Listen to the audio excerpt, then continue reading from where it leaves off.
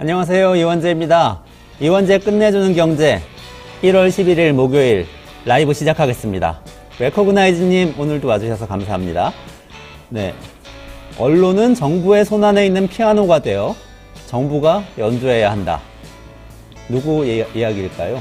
괴벨스 이야기예요. 20세기 초에 나치 독일의 선전부 장관이었죠. 요제프 괴벨스가 히틀러가 독일을 장악하는데 혁혁한 공을 세웠는데요. 이분이 사실 명언이라고 하면 그런데 악당 같은 명언을 많이 남겼어요. 예를 들면 이것도 생각나네요.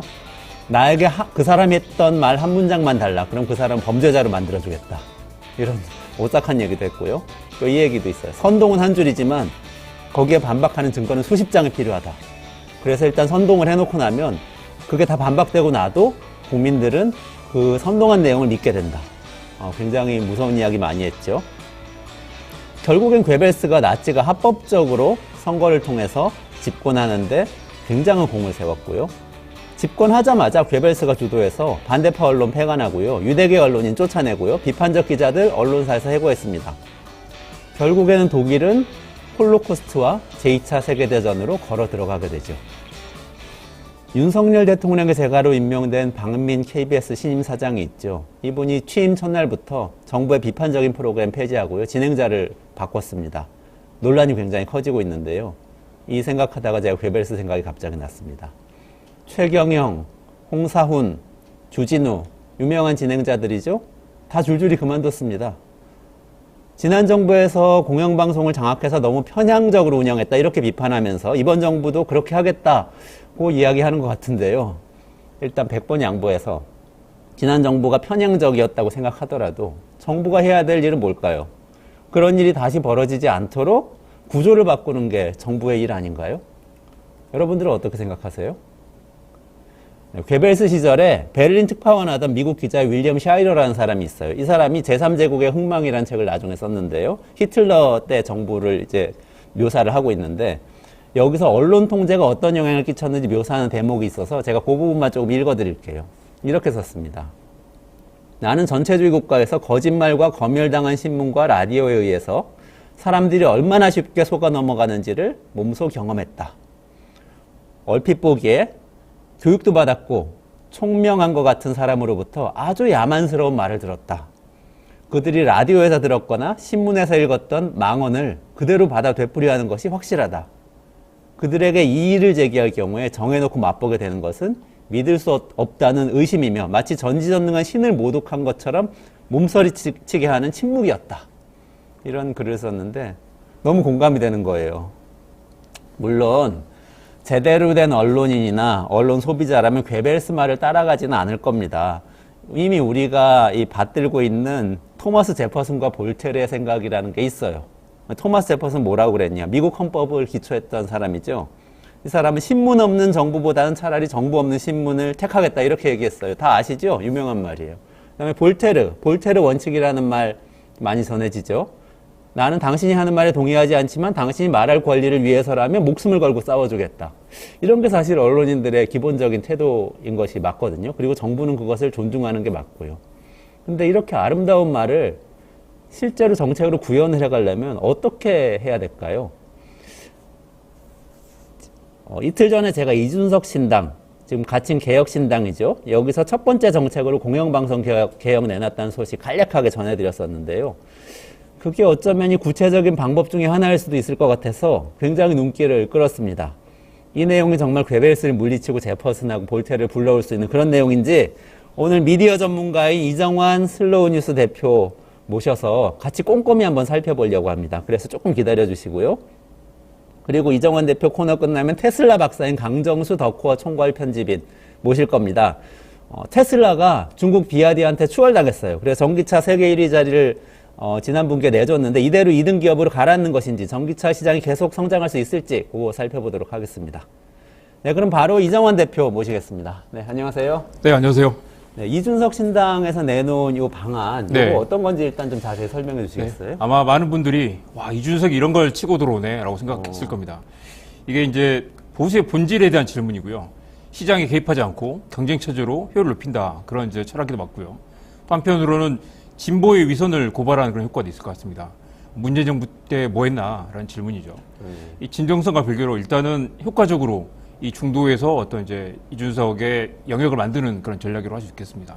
내용을 보면 일단 MBC와 KBS와 MBC, EBS 등 공영방송에 임명동의제를 도입하겠다는 겁니다. 그래서 구성원들이 동의하지 않는 사람을 사장으로 앉힐 수가 없게 되는 거죠. 그리고 이 방민금지법이라고 하죠. 방민 지금 KBS 사장이 문화일보 출신이고 방송 경력이 전혀 없기 때문에 이 방송 경력이 10년 이상 될 것을 의무화하는 그런 조항도 들어있습니다. 그리고 이 수신료를 폐지하고 조세 지원하겠다. 그리고 이 광고 규제도 좀 줄이겠다고 그랬네요. 네. 개선하겠다고 했는데요. 예를 들면 이제 분유 광고를 지금 금지하고 있죠. 모유 수유에 대한 이제 안 좋은 영향을 미칠 것 같다고 해서. 그리고 어린이들이 나오는 햄버거 광고도 금지되어 있습니다. 이런 것들을 이제 바꾸겠다는 건데 이건 물론 찬반 논란이 있을 것 같습니다. 여전히 분유 광고는 금지하는 게 맞다는 주장도 있을 거고요. 다만 이제 이준석 위원장은 이게 OTT나 다른 플랫폼들과 대비해서 지상파 방송이 상대적으로 그 제약이 많다 이런 걸 풀어주겠다라는 건데 방송사 사람들은 굉장히 좋아하겠죠. 네네. 아, 그렇군요. 그 언론인들 반응은 어때요? 그 방송사 KBS 직원들이나 또 일반적인 언론인들 좀 일단은 이게 이제 일단 던져보는 성격이라 당장 뭐 즉각적인 뭐 반응 없지만 언론 노조는 일단 환영한다는 입장을 냈고요. 네네. 그리고 뭐 전체적으로 아까 말씀드렸듯이 방송법이 거부권 행사한 마당에 지금 새로운 또 논의를 던지는 건 굉장히 신선한 시도로 받아들이고 있는 것 같습니다. 아, 언론 노조는 그래도 보통 진보적일 거라고 생각해 볼 수 있는 거죠. 네. 아. 제가 그 언론노조에 확인을 해보니 이준석 위원장이 직접 언론노조 위원장을 와서 찾아서 만났다고 합니다. 아, 전 그래요? 위원장을 만났고요. 이 국민의힘이 그동안 보기에는 이 언론노조라는 곳은 좌파의 소굴 같은 곳이고 네. 이 모든 그동안의 방송 정책이 언론노조와 대결 구도였는데 이 언론노조에 가서 이야기를 듣는다는 것 자체가 어떤 쇼잉이 아니라 어떤 진심이 어느 정도 있다라고 볼 수도 있을 거고요. 실제로 이번에 나온 공영방송 개편안은 언론노조의 그동안 약간 다소 과격할 수 있는 그런 주장을 전폭적으로 수용한 결과라고 할 수 있겠습니다. 아, 그래요? 많이 수용한 내용이군요. 네. 근데 일단 이준석은 진심이다. 지금 이렇게 말씀하신 거죠. 이준석의 공영방송 개혁안은 진심이다. 진심인 것처럼 포장을 하고 있다 할 수도 있을 것 같고 일단은 시도 자체, 네. 논의를 던진 것 자체는 평가할 부분이 있는 것 같습니다. 아, 논의를 일단 활성화해서 하는 것은 중요하다 이런 말씀이신데 네. 그 전에 사실 방송 3법이라고 있지 않았어요? 네. 그래서 사실 민주당도 자체적으로 또 뭐 개혁안을 가지고 네. 그거를 법안으로 만들었는데 또 대통령이 거부하기도 하고 이런 상황이 국회에서 있었죠. 통과됐고 거부를 했죠. 아, 국회에서는 통과되고 대통령은 거부하고. 네. 근데 그러면은 그 안은 지금 이준석 신당 안하고는 또 다른 안인가요? 조금 다릅니다. 아. 그래서 이제 지금 공영방송 이사회라는 게 이사회에서 이제 정부와 여당이 이사들을 과반 이상을 확보하고 있기 때문에 결국 이사들이 사장을 내리꽂을 수 있는 구조가 되는 거죠. 결국 이사회에서 추천을 하고 임명을 하지만 결국 정부와 여당, 대통령이 사장을 내리꽂는 게 가능한 그런 구조였습니다. 그래서 민주당 개편안은 사실 왜 민주당은 맞아요. 문재인 화면이 정부 나오네요. 문재인 정부 때 아무것도 안 했느냐라는 비판이 나오지만 지금 화면을 보시면 저기서 이제 빨간색이 이제 정부 여당이 추천할 수 있는 이사회입니다. 그게 그래서 그 KBS 네. 이사회인 거죠. 맨 위에 KBS 지금 이제 KBS를 예로 든 건데요.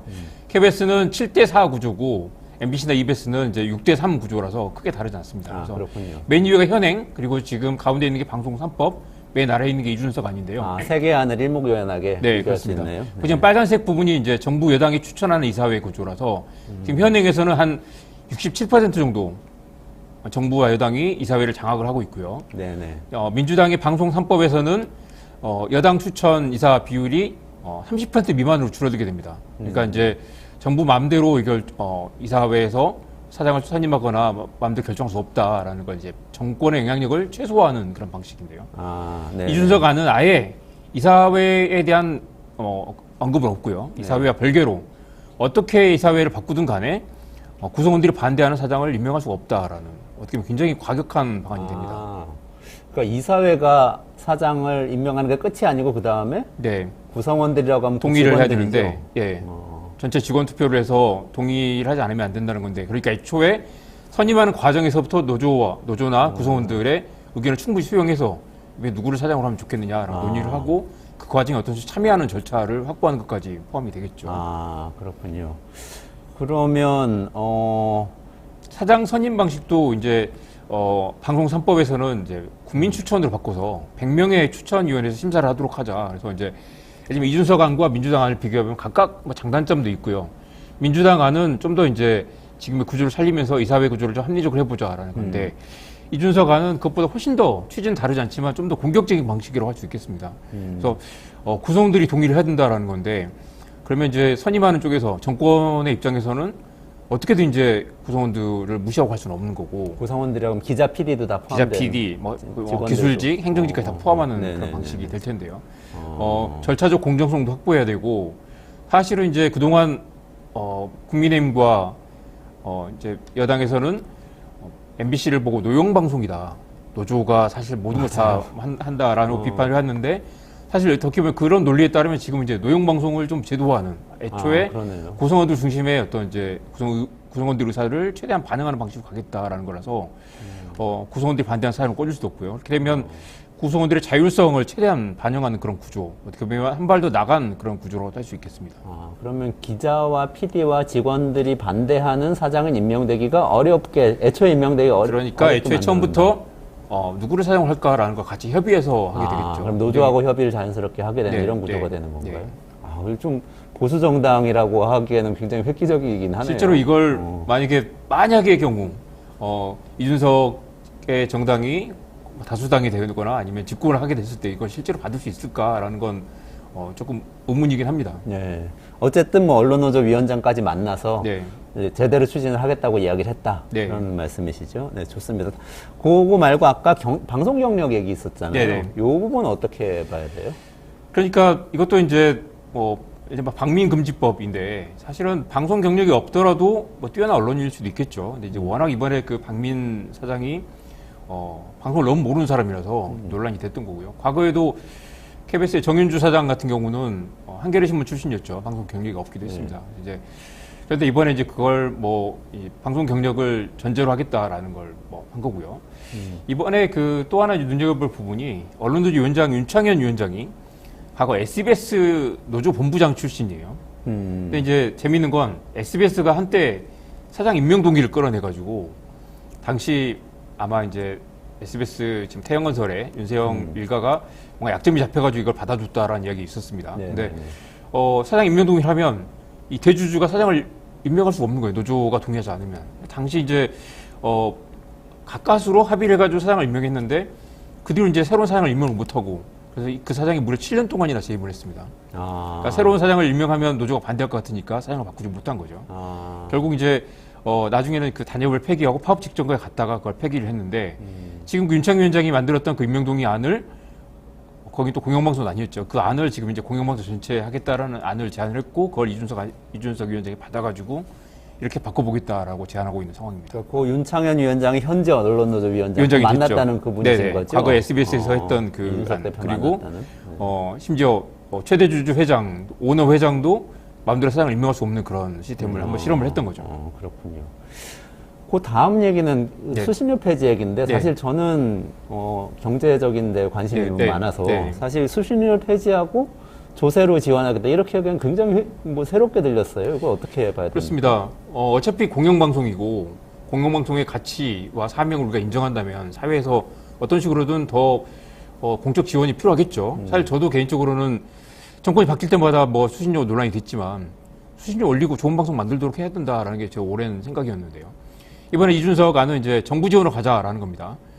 윤석열 정부는 가뜩이나 지금 KBS 사장이 안 물러나니까 이 수신료와 전기요금 통합충수를 없애버려가지고 벌써 수신료가 많이 빠지고 있습니다. 이준석은 아예 수신료를 아예 없애고 정부 지원을 가자라는 건데 이건 이제 좀 함정이 좀 있죠. 정부 지원이 지금 수신료가 7천억 원인데 정부 지원을 7천억 원을 다 줄 것 같지는 않고 이게 이제 이 부분은 그래서 이제 언론노조나 언론계에서 약간 우려하는 그런 부분입니다. 안정적인 수익이 사라지고 정부에 더 종속되는 구조. 또 비교를 해보면 우리 KBS 방송부에 늘 방송 끝에 국민 여러분이 낸 수신료로 만든 방송입니다라는 문구가 나오거든요. 국민들이 낸 수신료 운영하는 것과 정부 지원금을 운영하는 건 사실 완전히 성격이 다르게 되죠. 그래서 이제 지금 수신료가 이렇게 됐으니 없애버리겠다라는 건데 이 부분 좀 논란이 있습니다. 그리고 근본적으로 공영방송을 어떻게 재원을 확보할 것인가에 대한 그런 질문, 사회적인 어떤 논의가 필요할 텐데 일단 7천억을 세금으로 주지 않을 거라면 그 부분 상당 부분이 깎이게 될 거고 깎이고 그 과정에서 이제 KBS의 구조조정이라든가 여러 다른 논의들 그리고 갈등이 또 불거질 가능성도 있습니다. 그래도 재정을 줄인다는 얘기를 한 건 아니죠. 한 건 아니죠. 근데 세금으로 채우겠다. 네, 이렇게. 7천억 원 적은 돈이 아니기 때문에. 그리고 사실 조세 저항을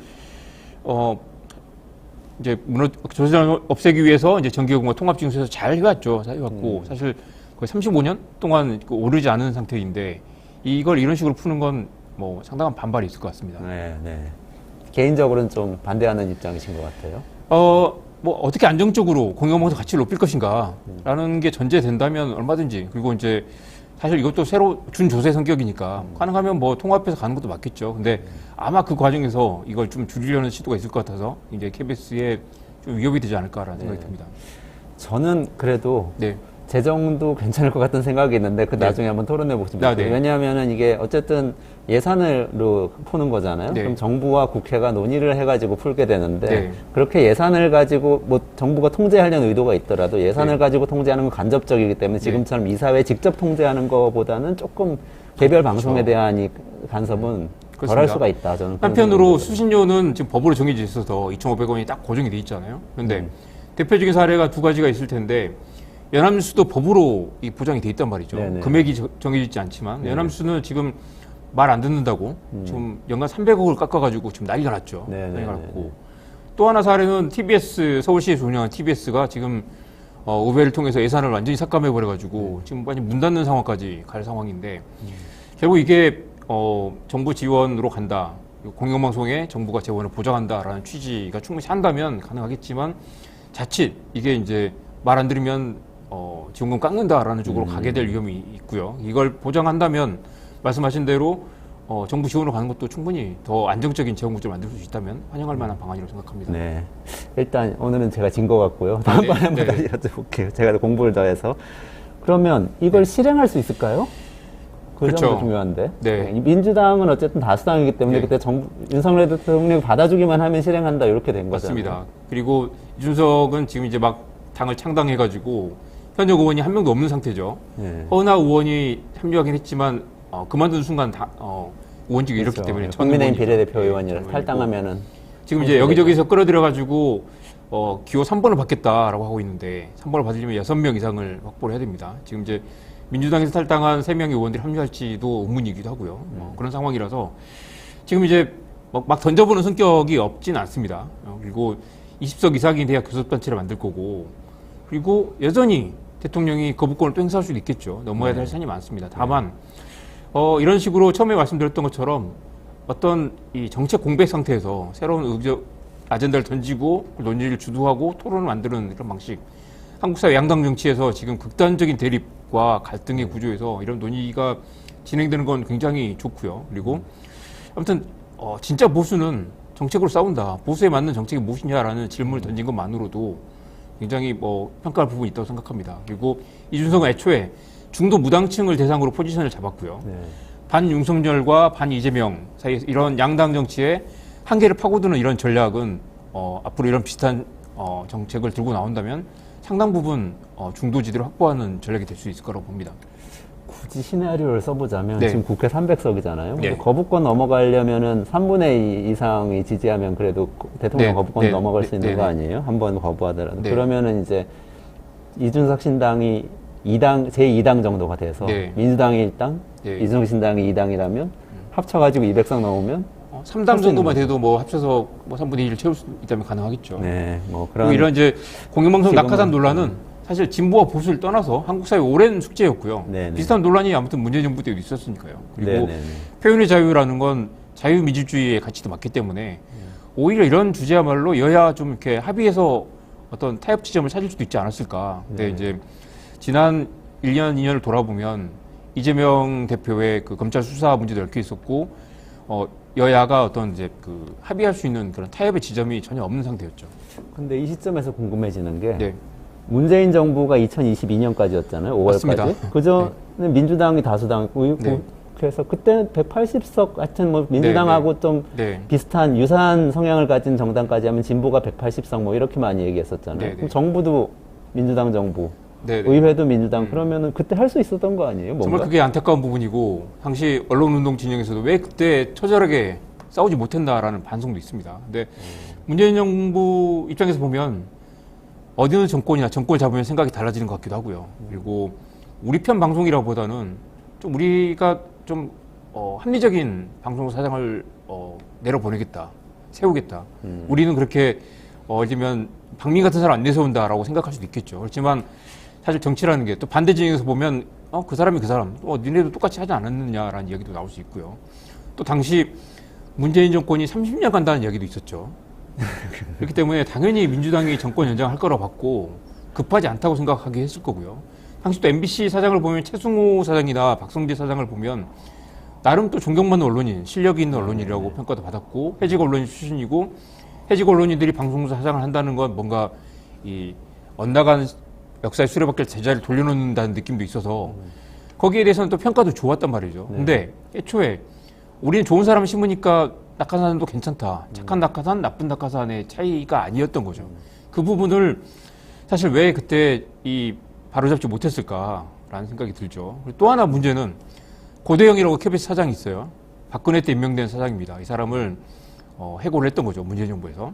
그것도 똑같은 방식으로 이사회 이사들을 몇 명 내보내고 우리 편 이사들을 과반을 만든 다음에 이사회에서 고대영을 강제로 해임하는 그 조치를 했는데 이분이 재판 가가지고 이겼어요. 또 해임 무효 소송에서 이겼습니다. 이겼는데 재판이 몇 년 걸렸기 때문에 이기고 나니 이미 이제 임기가 끝난 상태. 똑같은 게 과거 정윤주 사장 때 비슷한 일이 또 있었죠. 그래서 이건 정말 그 민주당에서도 부끄럽게 생각해야 되는 게 이런 그 과거에 우리가 비난했던 것들을 똑같은 방식으로 물론 고대영이 정윤주와 비교하면 고대영이 훨씬 나쁜 사람이라고 할 수도 문제가 많은 사장했다고 할 수 있겠지만 방식은 똑같다. 또 윤석열 정부는 결국 또 그것 때문에 피해의식을 갖고 있는 거죠. 저 사람들 똑같이 했는데 우리 왜 못하느냐라고 생각하고 있을 거고 또 윤석열 정부는 가짜뉴스란 말 또 입에 달고 다니죠. 그래서 가짜뉴스 또 우리를 부당하게 공격하는 이 언론의 허위 조작 정보 때문에 우리가 공격을 받았고 이제 우리 편 언론이 있어야 된다라고 생각을 하는 거죠. 그래서 핵심은 이런 말씀을 드리고 싶습니다. 공영방송의 독립은 정권의 선의로 보장되는 게 아니다. 문재인 정부는 되게 좋은 사람을 낙하산으로 내려봤으니까 뭐 괜찮다가 아니라 정권의 선의에 기대지 말고 그런 개입을 원천 차단하는 방식으로 시스템을 설계해야 된다. 예를 들면 괴벨스 같은 사람들이 등장할 수도 있기 때문에 그런 걸 원천적으로 막고 이게 어떻게 나쁜 형태로 왜곡될지 모르니까 최악의 상황을 방지하는 형태로 시스템을 만들어야 되는데 우리가 좋은 사람 사장으로 내려보낼 테니까 그냥 이대로 갑시다라고 하는 것이 민주당의 패착이었던 것 같습니다. 좋은 말씀이네요. 그러니까 뭐 최악의 경우를 막는 것은 항상 시스템이다. 구조를 바꿔야 된다. 이 말씀이시잖아요. 굉장히 좋은 말씀이세요. 근데 저는 궁금한 게 또 더 나가서 아까 언론노조 말씀하셨는데 언론노조하고 이거 시민사회에서 또 이 언론개혁을 계속 주장을 해왔잖아요. 근데 그렇죠. 그때는 그 강하게 주장을 안 했었나요? 강하게 주장했다고 얘기를 하죠. 그리고 실제로도 많이 싸우기도 했고 민주당하고 저 같으면 왜 가서 멱살을 잡지 않았느냐라고 물어보고 싶지만 멱살까지 안 갔지만 열심히 싸웠던 것 같습니다. 근데 그런 일이 있었어요. 언론노조에서 외신 기자들을 모아놓고 이제 기자간담회를 했는데 윤석열 정부 들어서요. 근데 외신 기자들이 물었어요. 외국 기자들이 왜 그때와 지금이 다른가? 똑같은 질문한 거죠. 왜 그때는 싸우지 않았는가라고 물어본 거죠. 그래서 이제 이 보수 언론의 기회주의적 행태였다. 뭐 그런 식의 답변을 하긴 했는데 진보 진영에서 또 상대적으로 이 민주당에 대한 기대가 있었고 예를 들면 윤석열 정부에서는 이제 대결구도인 거죠. 싸워서 쟁취해야 되는데 민주당하고는 이제 협의해 가면서 뭔가 이렇게 법을 만들려고 했었고 이 대선 국면 그다음에 또 조국 사태 등등등 거치면서 그 기회를 놓쳤던 게 사실입니다. 그래서 강준만 교수, 전북대 교수님이 이런 말을 하시더라고요. 민주당은 언론노조와 시민단체와 이제 협업할 수 있는데 국민의힘은 애초에 그게 불가능한 구조다. 그 말은 뭐냐면 이게 이제 국민의힘은 결국 대결 구도로밖에 갈 수 없는 상황인데 거기에 비극이 있다는 거죠. 그러니까 이 국민의힘 입장에서는 어떻게든 이걸 계속 싸우면서 이걸 지켜야 되는 상황이고 거꾸로 말하면 국민의힘도 언론노조와 좀 손을 잡아보면 어떻겠느냐. 그리고 이건 여야 모두 똑같이 비난받고 똑같이 고민한 문제라면 민주당도 마찬가지고 국민도 마찬가지고 우리 공동의 지점을 중간 지점을 찾아가지고 합의하고 합의를 통해서 통과시킬 수도 있었을 텐데 우리가 180석이 있으니까 이걸 무조건 밀어붙이겠어. 통과시키면 당연히 또 거부권하는 대결 양상으로 갈 수밖에 없는 거죠. 이게 아닌 다른 이 대의를 찾는 그런 합의가 가능하지 않았을까라는 아쉬움이 있습니다. 좋습니다. 또 조금 다른 각도에서의 네. 도전적인 질문인데, 그 넷플릭스 유튜브가 이제는 뭐 막 네, 네. 공중파들 넘어서고 이제 공중파도 넷플릭스에 갔다가 맞습니다. 이렇게 납품하고 그러잖아요. 네. 그런 상황에서 이게 작동할 수 있나요? 이렇게 공영방송 공영방송을 지키는 개혁이라는 게 것. 옛날 같은 네. 그런 효과가 있을까요?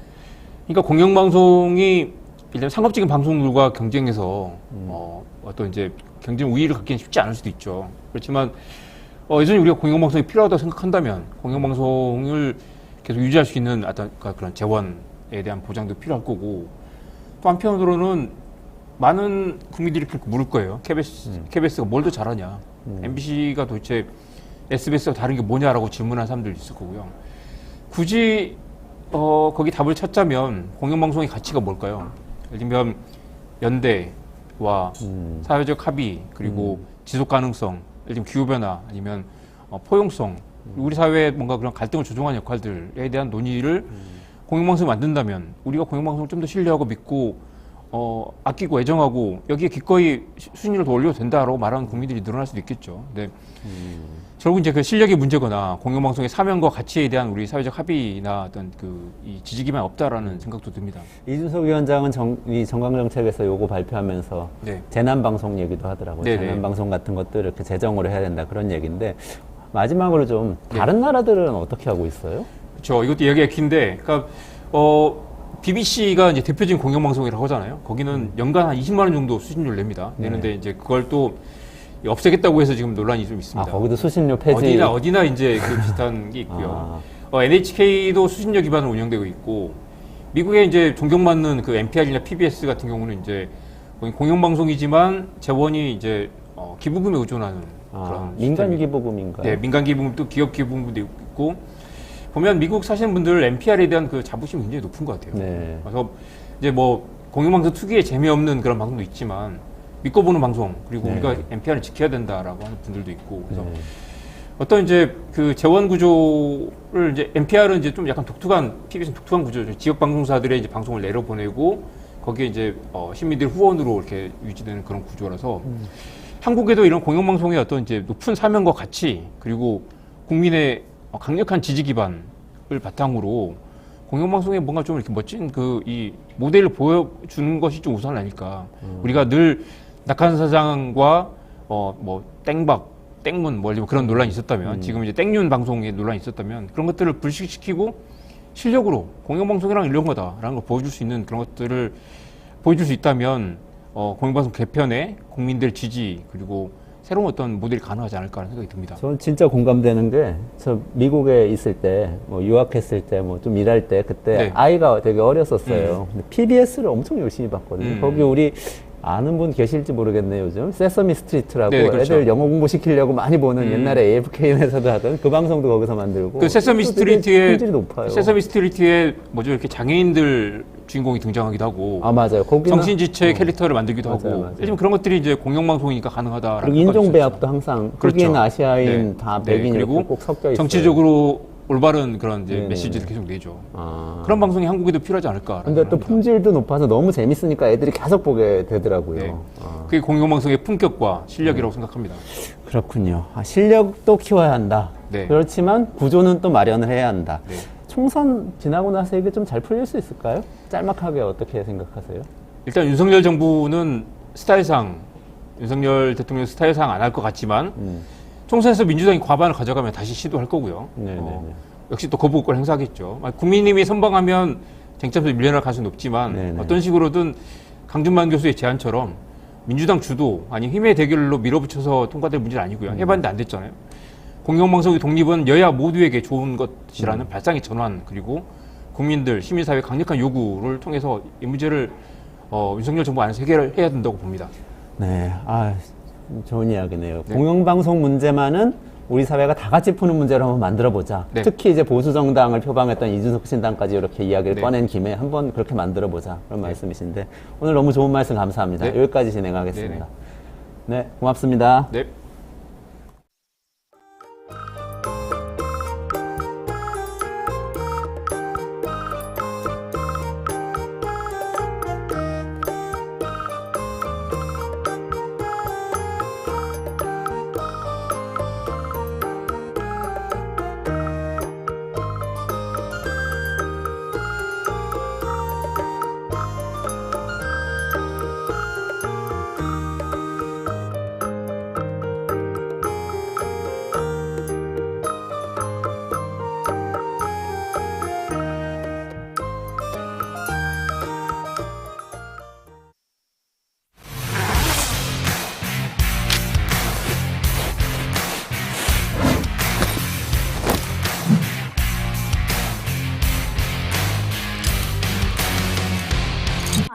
평가 방법이 사용되고 있어요.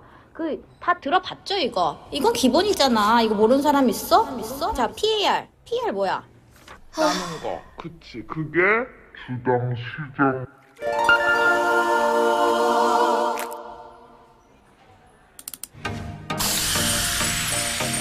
걱정 마세요.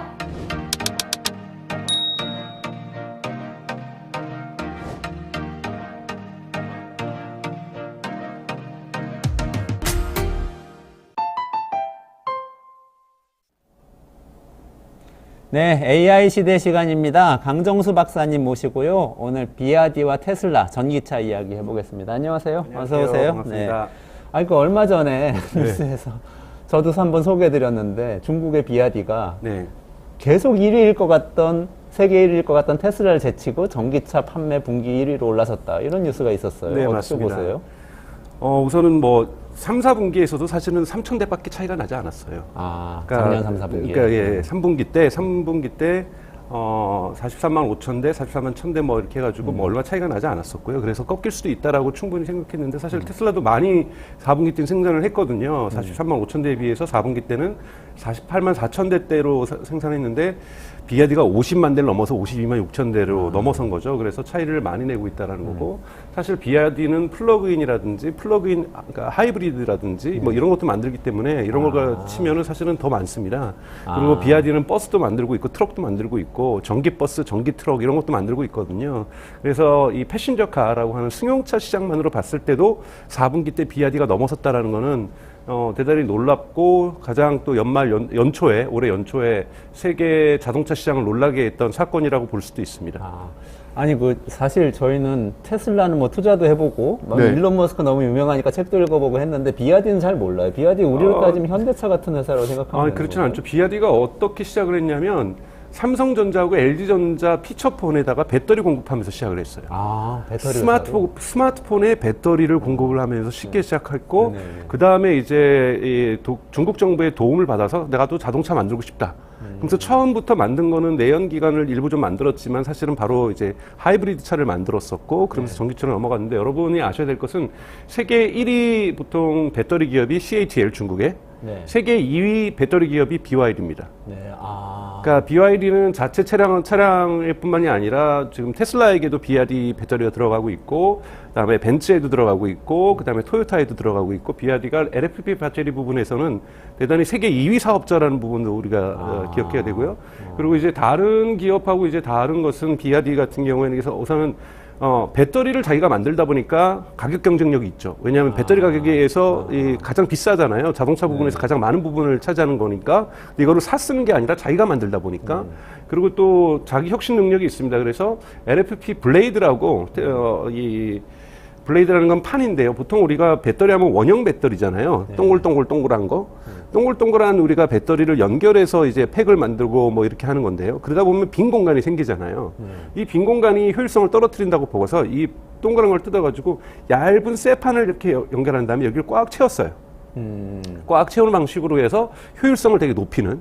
그래서 이런 식으로 LFP 배터리를 자기 혁신하는 좀 이러한 부분들도 되게 놀랐고. 그다음에 이제 두 번째는 품질이 이제 많은 사람들이 놀라는 것이 상대적으로 가격이 저렴하니까요. 가격이 저렴하니까 가격 대비 가성비 있다라고 느꼈는데 점점 절대적으로도 이거는 차를 잘 만든다.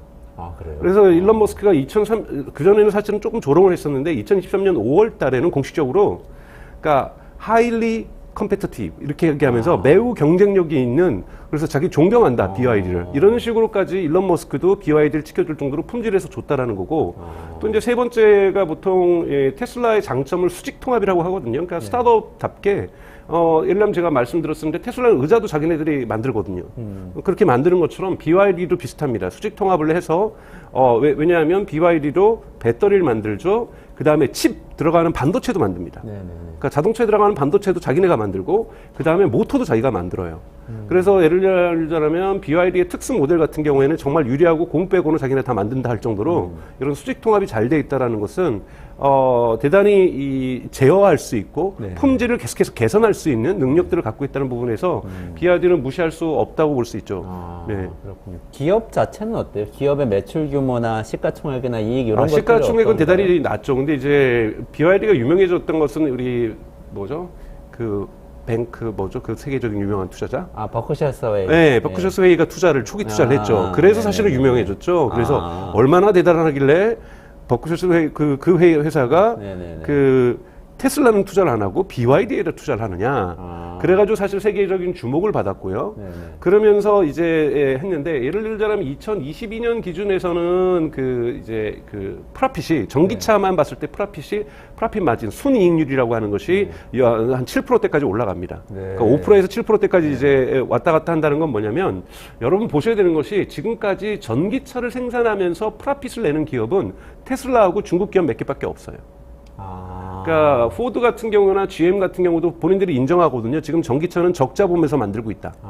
그리고 현대기아차도 제가 보기에는 아마 또이또이를 하거나 네. 겨우겨우 브레이크 이븐을 마치거나 손실을 보고 있을 거예요. 그러니까 그것만큼 아직까지 전기차만에서 순이익을 보고 있는 기업들은 많지 않다라는 부분이 있는 거죠. 이제 이런 부분에서 BYD 같은 경우에는 근데 이제 또 비판적으로 보시는 분이 있어요. 우선은 이제 중국에 상장돼 있다 보니까 재무제표가 과연 그러니까 미국처럼 깔끔하겠느냐. 투명성이 좀 이런 부분에 있어서 정확하게 이런 부분들이 좀 의심스럽다.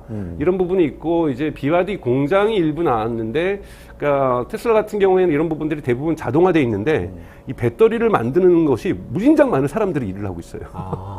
근데 이 낮은 인건비에 기반하고 있는 이런 부분이 있다라는 비판들도 있어요. 그래서 예를 들자면 월로 볼 때 이제 테슬라 같은 경우에는 노동자 한 명당 차량 10대를 만듭니다. 네. 그런데 BYD 같은 한 명당 2.5대를 만들어요. 그래 4배나 차이가 나나요? 네, 그러니까 이러한 자동화가 그만큼 테슬라는 많이 되어 있다라는 거고 BYD 같은 경우에는 값싼 중국의 인건비에 의해서 노동자들이 왜냐하면 노동자 규모가 60만 명이 넘거든요. BYD에 고용된 노동자가요? 네. 그러니까 대단히 굉장히 큰 고용력을 갖고 있다 보니까 이런 부분들이 좀 비판적으로 들어오지만 우선은 BYD가 2022년부터 수출을 시작을 했어요. 네네. 2022년 수출을 7월에 시작을 했는데 본격적으로 수출이 폭발적으로 늘어난 것은 2023년 작년이죠. 여름 7월입니다. 네네. 처음부터 유럽하고 태국, 인도네시아, 그다음에 브라질 이런 데서 수출이 확 늘어나면서 본격적으로 이러한 매출들이 일어나는데 우선 내수시장에서의 점유율이 가장 좋습니다. 내수시장에서는 그럼 BYD가 내수시장에서 그 전체 자동차에서는 어느 정도 위상에 있어요? 1위 사업자 정가. 2021년에는 13위 사업자. 내연기관 전기차 합쳐가지고. 네네네. 2021년에는 13위. 13위. 2022년에 1위. 2023년에 1위. 이런 식으로. 어떻게 그렇게 뛰어올라요? 그러니까 되게 빠른 속도로 뛰어올랐던 것은 이 배터리에 대한 장악력, 칩에 대한 장악력, 전기 모터의 장악력. 그러니까 이러다 보니까 왜냐하면 여러분 보셔야 되는 것이 중국이 코로나 이 팬데믹 이후에 경기가 살아날 거라 그랬는데 살아나지 않았잖아요. 네네. 그러다 보니까 이 가격 전쟁이 일어난 겁니다. 그러니까 미국에서도 가격 할인이 일어났지만 중국 소비자들의 지갑이 얇아진 거죠. 네네. 그런데 가격을 대부분 인하를 합니다. 무려 중국 같은 경우에 내연기관까지 쳐서 600개의 모델이 가격 인하를 하거든요. 네네. 근데 가격 인하를 하는데 가격 인하의 폭이 BYD가 제일 커요. 그리고 또 예를 들면 BYD의 시걸이라고 하는 차는 지금 달러로 쳐서 11,000달러에서 15,000달러거든요. 네. 근데 품질이 되게 좋아요. 굉장히 싼 차인데. 네, 그 대단히 싼 거. 그렇죠. 근데 거기에 대해서 갑자기 할인을 더해준다든지. 이런 식으로. 1,000만 원 조금 넘는 네, 더 가격을 할인해준다. 할인해주면서 사실은 중국 소비자의 중국 경제에 지금 딱 맞아 떨어진다라는 거죠. 11,000달러면 우리로 따지면 어느 정도 차인가요? 소나타 우리 아니죠. 아반떼. 모닝이죠. 네, 아니 근데 그 차는 그 차는 어느 정도 차는 수준인데. 아반떼 정도 수준. 아반떼 수준인데. 네, 아반떼보다는 좀 작아요. 조금 작게. 컴팩트한데. 네네네. 그래도 어쨌든 1,000만 원 조금 넘는 수준에 네, 근데 살 수 이제 또 있다. C라고 해서 모델 3하고 경쟁하는 차가 있는데 대단히 잘 만들었고 네네. 한국에서도 벌써 타봐가지고 시승기를 쓰는 분들이 있는데 놀라운 수준이라고 얘기를 하고 일화에 의해서는 현대자동차 정 회장님이 그걸 보고서 화를 냈다. 왜 우린 이렇게까지 좋은 거 못 만드냐. 그래요? 이 정도의 논쟁이 있어, 소문이 있을 정도로 대단히 한국에서도 놀라운 수준이었다. 네. 왜냐하면 중국 하면은 우선은 사실은 2021년까지만 해도 그렇게 흔히 말하면 품질이 좋지를 않았었는데 품질이 갑자기 좋아지고 있는 거. 네, 네, 이런 네. 부분들은 우리 BRD의 경쟁력이라고 볼 수가 있습니다. 제가 블룸버그 기사에 보니까 네. 일본의 미쓰비시는 BYD 등등의 중국차한테 밀려가지고 철수했다고 그러고 또 뭐 미국의 스텔란티스도 뭐 네. 빠지려고 한다는 얘기도 있고 그렇더라고요. 그럴 네네, 정도로 그러니까 무서운 거예요? 그만큼 무서운 거. 우선은 이제 좀 보셔야 될 것은, 그러니까 이 중국의 전기차 스타트업이, 보세요. 전기차는 중국에서 전기차 만들겠다 회사 만들면 스타트업이죠. 왜냐하면 내연기관을 안 만들었으니까요. 아, 그렇죠. 그렇죠. 이제 그전에 처음으로 자동차 이제 안 나가- 안 그게 하다가. 2,000개가 넘었어요. 아, 그래요? 2,000개가 넘었는데 대부분 정부 보조금을 받은 겁니다. 대부분 정부 보조금을, 그러니까 전기차 만든다면 중국 정부가 그렇게 이제 전기차에 드라이브를 건 거죠. 네. 그러니까 보조금을 받았는데 이런 것 중에 지금 1,000여 개가 지금 다 회사 문 닫았어요. 아, 그러니까 그만큼 이제 난립을 했던 거죠. 네, 이 난립하는데 중국 정부가 이걸 방조한 거예요. 그 중에 몇 개 괜찮은 거 살아날 것이다. 아, 근데 그 중에서 이제 BYD가 독보적인 거고, 그 다음에 또 하나는 이제 괜찮게 판매를 하는데 자본이 좀 모자란다. 그래서 예를 들자면 미국 증시에 상장했죠. 엑스팽하고 니오가 이제 미국 증시에 상장을 했는데 그렇게 자금 여력이 좋지가 않아요. 판매가 많이 되지 않으니까. 네. 근데 기술력은 좋아요. 네. 그러니까 폭스바겐이 스팽에다 투자를 한다든지. 네. 이런 식으로 이제 일본 기업이나 중국 기업, 독일 기업들이 어떤 전략을 하냐면 BMW도 마찬가지고 토요타도 마찬가지고 중국 기업 중에서 전기차 잘 만드는 기업을 우리가 먹어야지. 네. 그러니까 이 노하우, 저렴하면서도 품질이 괜찮아진 이 노하우를, 왜냐하면 이제 공급망들이 잘 갖춰져 있는 거예요. 중국의 이제 네. 전기차에 대한 노하우도 많이 쌓여 있고, 그래서 이런 식 방향으로 전형되는데, 이거를 잘 못하는 미쓰비시라든지 이런 업체들은 철수하는 방향으로 지금 가고 있는 거죠. 아, 그렇군요. 이게 구조가 막 바뀌고 있네요. 네. 그러면은 테슬라 박사님이시니까 네, 네. 테슬라는 어떻게 대응할까요? 지금 BYD가 그러면 가격도 싸고 품질도 이제 따라잡았고 네. 이제 정부 보조도 받고 이런 상황이면 아주 좋은 상황이잖아요. EPA라고 미국에 있는 이 에너지 쪽 관련된 정부기관에서 이제 2023년 자동차 시장에 대한 분석과 보고서가 이제 어제 나왔는데요. 그러니까 2024년 전체 시장이 어떤 성격을 가질 거냐가 대단히 중요합니다. 우선은 2023년이 중요한 그 전기차 시장에서의 그 변곡점은 전체 전기차가 전 세계에서 1,000만 대 이상 팔린 해입니다. 처음으로. 그러니까 1,000만 대 이상이 매년 팔린다라는 것은 이미 초기 시장을 넘어서서 성숙 시장으로 들어가기 시작한다라는 거거든요. 네네. 성숙 시장으로 들어가게 되면 여러분 전 세계에서 우리나라는 정말 큰 차를 좋아하시지만 우리나라도 초기에 어땠습니까? 차 시장에. 경차도 엄청나게 시장이 있었고 아반떼라든지 이 준준형도 엄청난 시장을 형성을 했었잖아요. 근데 네네네. 요즘은 이런 경차 시장이 줄어들고 있지만 그러면 전기차 시장도 보급형 자동차가 누가 공급해가지고 이 시장을 장악을 하느냐 이게 대단히 중요한 시장으로 전환이 되고 그러니까 이 요소가 되거든요. 그래서 테슬라도 지금 일명 모델 2를 만들겠다. 근데 이제 모델 2가 준비는 다 되어 있지만 테슬라는 지금 빠르면 2024년 하반기 늦으면 2025년 상반기로 보고 있단 말이죠.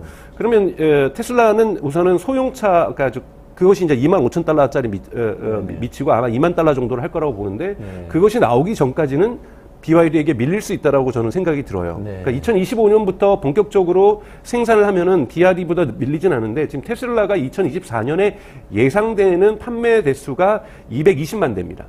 전 세계적으로요? 네네. 근데 올해 한 180만, 작년에 180만 대를 판 거잖아요.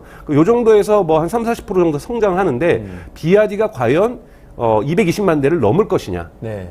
이 부분이 관건인데 지금 이대로 가면 50만 대를 생산했기 때문에 200만 대는 넘어설 것 같아요. 네. 근데 이제 BYD 같은 경우에는 공장 증설을 안 하고 있거든요. 우선은 헝가리의 유럽과 관련돼서 유럽에서 이제 수입 관세를 붙이겠다고 하니까 유럽 헝가리에다 공장을 짓겠다고 얘기를 했고 브라질에다가 공장을 짓겠다고 했고 또 요즘 동남아에서 요동치고 있는 전기차 시장이 태국이거든요. 태국에다가 전기차 공장을 짓겠다고 한 거예요. 그럼 이제 짓기 시작하는 거잖아요. 근데 이제 테슬라 같은 경우에는 베를린 공장하고 오스틴 공장이 이제 2년이 지나가면서 흔히 말하는 램프업 구간, 즉 양산 체계 구간으로 이제 들어가기 시작합니다. 처음부터 여러분 아셔야 되는 것은 공장을 짓는다고 해서 막 대규모로 생산되는 게 아니잖아요. 설비 갖추고 왜냐하면 베를린 공장 같은 경우에는 4교대로 일할 수 있는 시스템을 갖춰놨는데 아직 1교대밖에 안 돼서 이제 2교대 같거든요. 그러니까 3교대, 4교대까지 가려면은 아직 시간이 좀 걸리는 건데 이제 2교대를 넘어서기 시작하는 거거든요. 점점 공장의 설비를 그러니까 풀로 완전히 사용하면서 그러니까 규모의 경제 효과를 누리게 되는 거잖아요. 그럼 생산량도 늘어나겠죠. 그래서 지금 베를린과 오스틴은 2024년에 생산량이 늘어날 거라고 보고 있는 거예요. 그리고 상하이도 계속해서 늘어나고 있고 그래서 추가 공장도 짓고 있고 그래서 공장의 어떠한 수용 용량으로 본다라면 저는 테슬라하고 BYD가 아주 근소하게 1, 2체 누가 1인지 2인지 구별하기 어려울 정도로 2023년으로 가지만 2024년에서는 이미 모델 2가 나온다든지 또 멕시코 공장이 만들어진다든지 이렇게 되면 2025년 네. 2025년에는 테슬라가 더 앞서갈 거라고 보고 있습니다. 왜냐하면 테슬라가 2030년까지 양산 목표가 연간 2천만 대거든요. 그리고 엄청나게 네, 2천만 대로 늘린다라는 거고 그 다음에 그 2025년에서 2026년은 지금 뭐 전문가들마다 다르지만 500만 대에서 700만 대 사이로 보고 있어요. 그럼 BYD가 흔히 말하는 생산 역량을 그만큼 키울 수 있을 것인가? 중국 공장만으로. 여기에 이제 뭐 블룸버그 인텔리전스라고 하는 블룸버그 분석에서는 못할 거다. 그렇기 때문에 올라가긴 올라가도 테슬라랑 거의 근소한 차이지만 1위를 테슬라가 근소하게 유지할 가능성은 있다. 근데 여러분 뭐 이 정도 상황에서 2024년에서 1, 2를 누가 유지하냐는 뭐 그렇게 중요한 거라고 저는 보지는 않습니다. 그럼 어쨌든 200만 대 팔고 있던 전기차를 테슬라는 180대. 2년 만에 2년 만에 한 500만, 600만 대로 네. 그건 이제 모델 2의 양산, 저가체의 양산인 거고 자동화 비율이 계속해서 높아지고 있기 때문에 가능한 거죠. 근데 제가 또 그 다른 기사를 보니까 샤오미, 바이두, 화웨이 약간 스타트업 얘기 많이 하셨는데 이런 우리가 잘 알고 있는 전기전자 업체들이 또 전기차에 진출한다는 얘기가 있고 또 다른 한편에서는 중국 정부에서 테슬라 자율주행 그 FSB 최신 기능 같은 경우에 승인을 안 해준다는 얘기도 있고 뭐 이런 얘기들이 섞이면서 중국 정부와 중국 시장을 중국 업체들한테 다 넘겨주는 거 아니야 이런 뭐 좀 당연히 그런 부분이 있죠. 우선은 그러니까 지금 중국 시장에서 이제 중요한 건 여러분들도 많이 보셨겠지만 진짜 샤오미가 이제 신차를 출시했는데 디자인이라든지 시승을 해본 사람들이 놀라울 정도로 뭐 좋아하잖아요. 사실 뭐 디자인도 BMW에 있는 수석 디자이너가 했고, 그러니까 대단히 잘 만들어서 그러니까 즉 흔히 말하는 우리가 미국의 빅테크뿐만 아니라 중국에도 빅테크가 존재하죠. 그 중에 하나가 이제 바이두라든지 하웨이라든지 샤오미가 이제 전기차를 본격적으로 만들기 시작했습니다. 사실 알리바바도 만들었었거든요. 근데 알리바바도 만들었는데 알리바바는 이제 포기한 것 같아요. 그러니까 알리바바는 포기를 했는데 하웨이도 지금 만들기 시작을 했고 바이두도 만들기 시작하고 샤오미도 만드는데 여기는 이제 우선 돈이 많은 기업이잖아요. 돈이 많으니까 투자의 여력이 스타트업처럼 돈 어디서 투자 받아서 하는 게 아니라 자기 자본율이 높기 때문에 여기에서는 좀 빠른 속도로 움직일 수 있다라는 거고 이런 테크 기업들이 들어오면은 특히 강력한 부분이 예를 들자면 우리가 애플카를 기대하는 게 뭡니까? 애플카가 나오면 뭐가 좋을까? 소프트웨어가 좋을 거야. 그 디자인도 수려할 거야. 이런 거가 있잖아요. 그래서 샤오미라든지 바이두라든지 하웨이 같은 경우에는 특히 바이두 같은 경우는 자율주행에 오래전부터 10년 전부터 투자를 해왔거든요. 그렇기 때문에 소프트웨어 파워가 좋을 것이다. 근데 샤오미 이번에 봤더니 디자인도 좋더라. 그러니까 특히 여러분 보셔야 될 것은 왜냐하면 중국 기업들이 독일에 있는 기업이라 프랑스에 있는 우리나라도 요즘 자동차 디자인이 좋아진 것이 사실 독일하고 이탈리아 디자이너들을 대거 데려온 거잖아요. 그것처럼 중국도 데려오고 있는 거거든요. 그러다 보니까 디자인도 대단히 좋아지고 있고 여기에 소프트웨어 파워까지도 결합되면서 그리고 돈까지 자본력까지 갖추고 있는 기업까지 들면서 양산은 아마 2024년도 올해 후반이나 2025년 될 것 같아요. 샤오미 같은 경우에는. 그럼 2025년 되면은 조금은 이제 이름 없는 그러한 스타트업들이 아니라 의미 있는 강력한 힘을 갖고 있는 샤오미라든지 이런 부분들이 시장에서 등장하게 되면 전기차 시장은 더욱더 치열한 경쟁을 맞을 거라고 보고 있습니다. 그렇군요. 그 좀 지난주에 있었던 뉴스라서 일론 머스크 마약설이 있어서 그것 때문에 뭐 주가도 떨어졌다고도 하고 이번 주 초였죠. 그거는 지금 좀 정리가 됐나요? 월스트리트저널에서 사실은 이제 보도를 했는데요. 보도의 내용의 핵심은 뭐냐면 이번에 이사 임기를 연장하지 않은 분의 개인 진술이에요. 그러니까 그분이 뭐라고 얘기를 했냐면 내가 이사를 왜 더 임기를 연장하지 않냐면 일론 머스크가 너무 불안해서 왜냐하면 일론 머스크랑 일종의 비밀 파티를 하면은 보통 휴대폰을 못 가지고 들어가고 비밀 유지 서약을 쓴다라는 거예요. 그래요? 이걸 써야만 이 파티에 들어갈 수 있다라고 얘기를 하는 거거든요. 근데 그러면서 거기에서 이제 일론 머스크가 원래도 여러분 아시는 것처럼 케타민이라는 이 마약성 진통제를 복용을 했었거든요. 근데 이 케타민은 의사의 처방을 받고 받는 거고, 일론 머스크가 케타민은 의사의 처방을 받고 음용을 했었고, 네네. 그리고 사실 일론 머스크의 전기를 이 와이작슨이 쓴 전기를 보더라도 케타민 먹고 있다는 얘기는 나와요. 아, 네. 근데 이 케타민, 그래서 케타민 먹고 트위터 쓰면 항상 이상한 얘기를 쓴다. 아, 욱해서. 그래서 이런 부분에 대해서는 우려는 있었지만 이거는 불법이 아니라 합법적인 마약인 네네. 거고요. 그러니까 뭐 미국에서 치료제인 거죠. 네네네, 그렇죠. 근데 이게 이제 환각작용이 조금 있는 거죠. 네네. 근데 이제 LSD라든지 코카인을 마셨다라는 게 이번엔 진술이거든요. 네. 여기에 대해서는 일론 머스크가 바로 그 다음날 반박을 한 것이 사실 아니다. 근데 왜 그러냐면 자기는 뭐라고 얘기를 했냐면 나사하고 미국 나사하고 계약서를 썼다. 네네. 불시에 언제든지 마약 검사를 할 수 있다라는. 나사가. 네, 나사가 일론 머스크를. 근데 이게 왜 그러냐면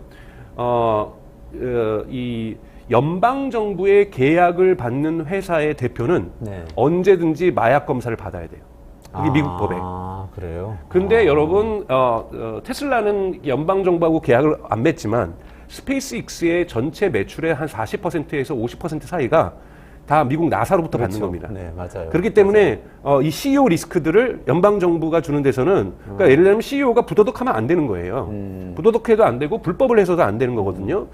그렇기 때문에 가장 미국에서 불법적이라고 할 수 있는 마약 소비를 갖다가 연방 정부의 계약을 받는 기업이 한다면 그 기업의 리스크가 커지는 거잖아요. 오너 리스크일 수도 있고 CEO 리스크일 수도 있는. 그렇기 때문에 언제든지 검사할 수 있다는 계약을 맺습니다. 그래서 일론 머스크가 근거를 낸 건 내가 나사하고 그 계약을 맺었는데 언제든지 내 몸에서 체내에서 마약 성분이 있는지를 검사할 수 있는 거를 불시에 받을 수 있는 계약을 맺었는데 내가 미쳤다고 그걸 하냐라는 것이 일론 머스크의 반박 논리예요. 근데 사실은 어떤 것이 사실인지는 알 수 없죠. 그러니까 왜냐하면 케타민을 먹었다라는 것은 사실이기 때문에 케타민을 먹다 보면 그러니까 중독성 있는 부분을 갖거든요. 근데 실제로 일론 머스크가 그걸 했다 그러면 마약 검사를 받아서 하면은 미국에서는 그건 불법이기 때문에 감옥 가는 겁니다. 그러면 테슬라는 어떻게? 그러니까 너무 우선 기업 리스크가 큰 기업 건데, 리스크가 상당히 사실. 큰 거죠. 네. 왜냐하면 물론 이제 그 스티브 잡스가의 사후에도 그러니까 이 팀 쿡이 들어서면서 사실은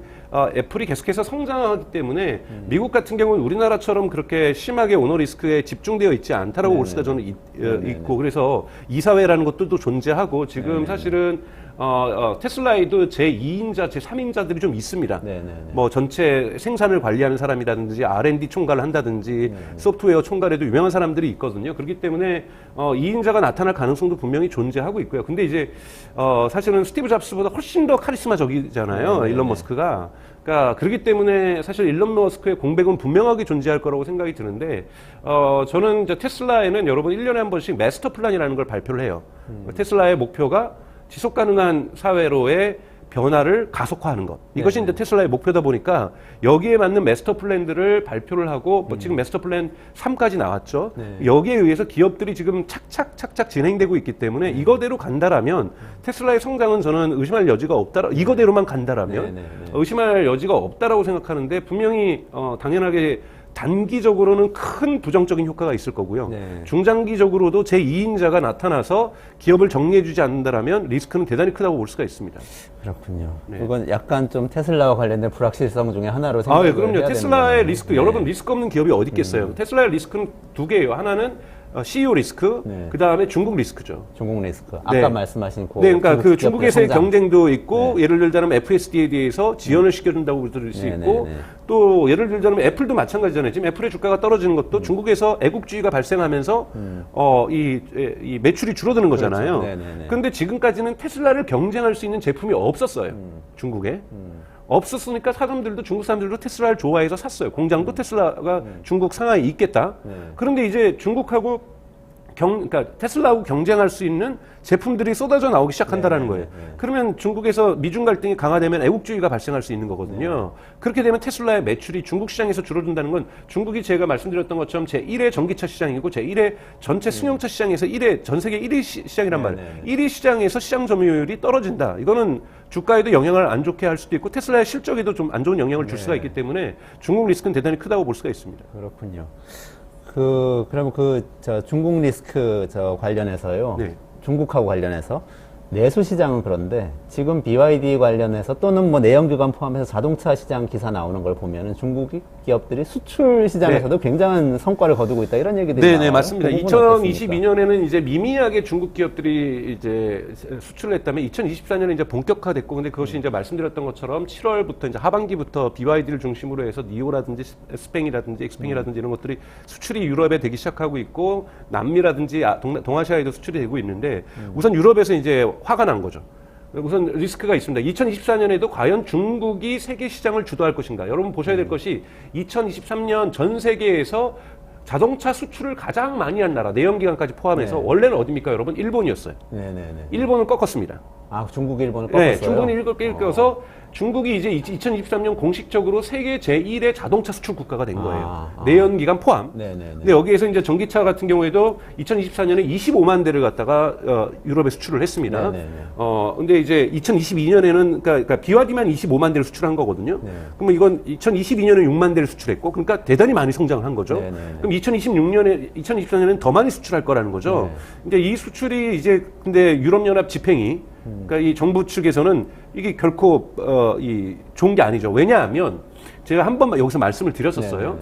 BYD 같은 경우에는, 중국 같은 경우는 이제 신차를, 그러니까 전기 자동차를 사면은 신차에 대한 보조금을 자동차세 면제해 주는 것만 해주지 네. 보조금을 주지 않습니다. 네네. 그럼 어디다 보조금을 주냐면 생산할 때마다 공장에다 주고 있는 거예요. 그러면 보조금을 받은 저가형 자동차니까 이것이 유럽에 수출되면은, 또 유럽에 수출되면 자동차는 국내산 해외에서 수입한 거든 상관없이 또 보조금을 주고 있거든요. 네네. 그럼 보조금을 두 번 받는 거잖아요. 아, 그러네요. 그러면 불공정 경쟁이라는 거예요, 유럽연합에서 볼 때는. 네. 그래서 이거를 조사하겠고, 만약에 보조금을 주는 게 확실해지는 것을 확인한다라면 관세를 매기겠다. 그러니까 관세를 매기겠다고 얘기를 한 거고, 그러니까 BYD가 어떻게 나왔냐? 그러면 우리 헝가리에다 공장 짓겠다. 아. 그러니까 이런 식으로 지금 장군과 멍군을 하고 있는 거예요. 네네네. 이 와중에서 유럽연합이 어떻게 나올 것인가가 나온 거고, 그리고 중국은 미국은 수출하기가 되게 어렵습니다. 미국으로 수출하기. 네, 왜냐하면 지금 뭐 미중 갈등 속에서 심지어는 올해부터 테슬라의 모델 3라든지 이런 거에서 중국의 LFP 배터리를 쓴 거는 보조금을 못 받잖아요. 작년까지는 받았는데. 네. 그건 뭐냐면 중국산 쓰면 이제 안 받겠다라는 거잖아요. 그것이 이제 한국에서 사실은 2차 전지에 대한 붐을 일으켰던 거잖아요. 인플레이션 감축법에 의해서 네네. 한국 기업들이 우대를 받을 수밖에 맞아요, 없는 맞아요. 조건이 되니까 2차 전지 관련주들이 엄청나게 떴던 건데, 그런 상황에서 중국 자동차가 미국에 수출하겠다? 이거는 미국 정부가 가만히 두지 않는 문제죠. 네네네.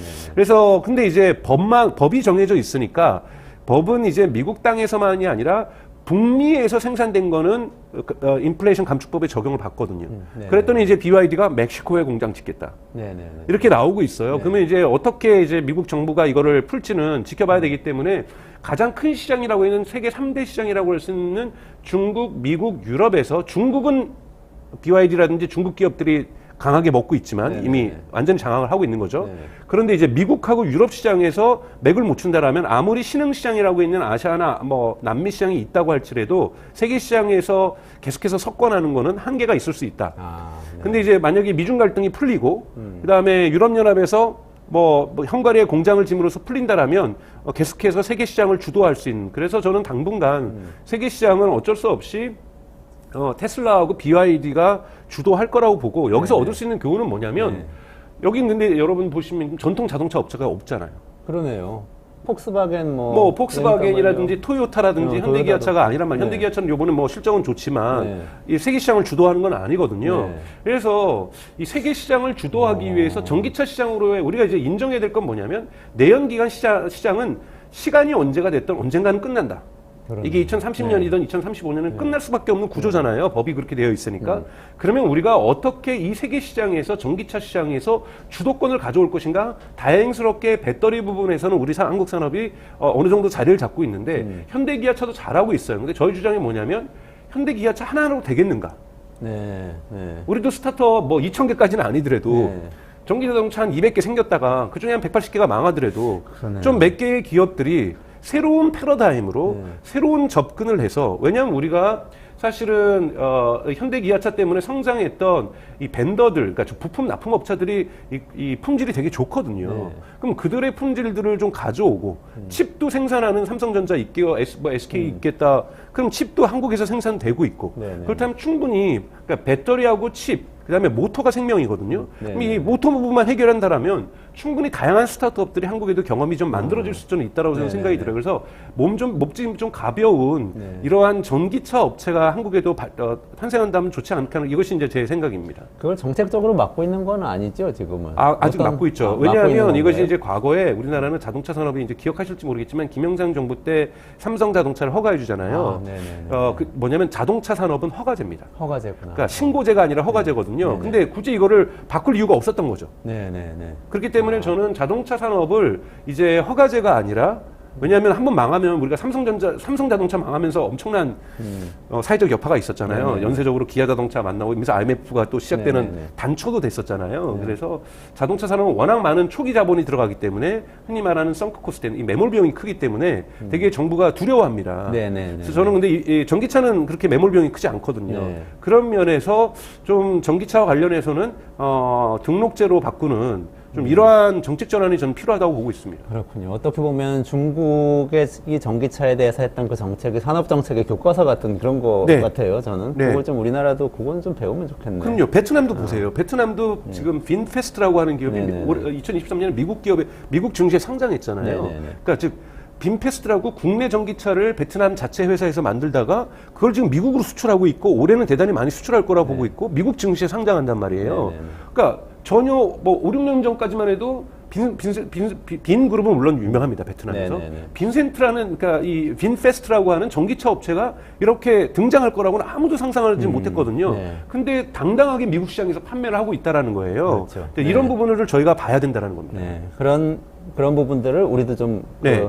따라갈 필요가 있다. 오히려 네, 뭐 그런 맞습니다. 말씀이시네요. 오늘 그 테슬라 관련해서 말씀하신 거 정리를 하자면 네. 그러면 테슬라가 지금 중국 그 BYD의 위협 그리고 네. 중국 정부와 미국 정부 사이의 갈등 이런 것 때문에 리스크가 있긴 하지만 그래도 지금 캐파로 봐서는 2025년, 2030년 다가갈수록 네. 세계 시장을 다시 이렇게 네, 주도할 리드해 가능성이 갈 거다. 네, 가능성이 있다라고 그렇게 저는 보고 보시는 있습니다. 거죠. 네, 2030년에 2천만 대까지 간다고 하셨죠. 네, 근데 이제 2024년에는 1, 2순위가 잠깐 바뀔 수는 있다고 네, 봐요. 네, 네. 그러나 그것이 중장기적으로 바뀔 거라고는 보지는 않습니다. 그러니까 물론 BYD도 빨리 쫓아오겠죠. 네, 공장을 네, 빨리 네. 증설하겠지만 우선 공장이 이제 테슬라는 4개를 가지고 있는 거고 네, 네, 이제 BYD 같은 경우는 중국 공장 외에는 없는 거기 때문에 여기에서 우선은 단기적으로 쫓아가기에는 쉽진 않다. 네. 알겠습니다. 아유, 항상 이렇게 시원하고 네. 정확하게 분석을 해주셔서 감사드립니다. 네. 오늘 테슬라와 BYD의 경쟁에 대해서 강정수 박사님하고 AI 시대에서 다뤄봤고요. 오늘 여기까지 말씀 나누시고 다음 주에 또 더 네. 좋은 아이템으로 같이 네. 찾아뵙도록 하겠습니다. 네, 네. 고맙습니다. 고맙습니다. 강 박사님. 네, 이원재 끝내주는 경제 오늘 방송 여기까지 하겠습니다. 내일은 12시 20분에 시작합니다. 그래서 12시 20분에 라이브로 내일 다시 찾아뵙겠습니다. 고맙습니다.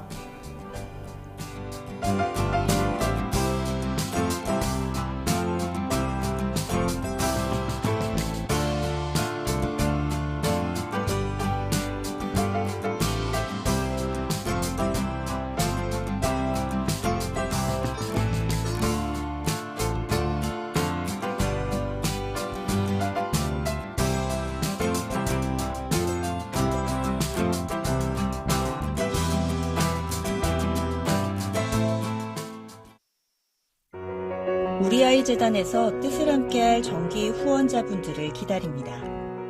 우리 아이 재단은 한반도 어린이를 위한 재단입니다.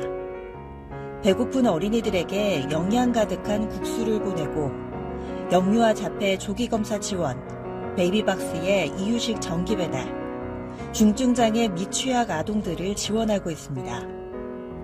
따뜻한 손길을 이어주는 분들께 우리 아이 팔찌와 감사 선물을 드립니다.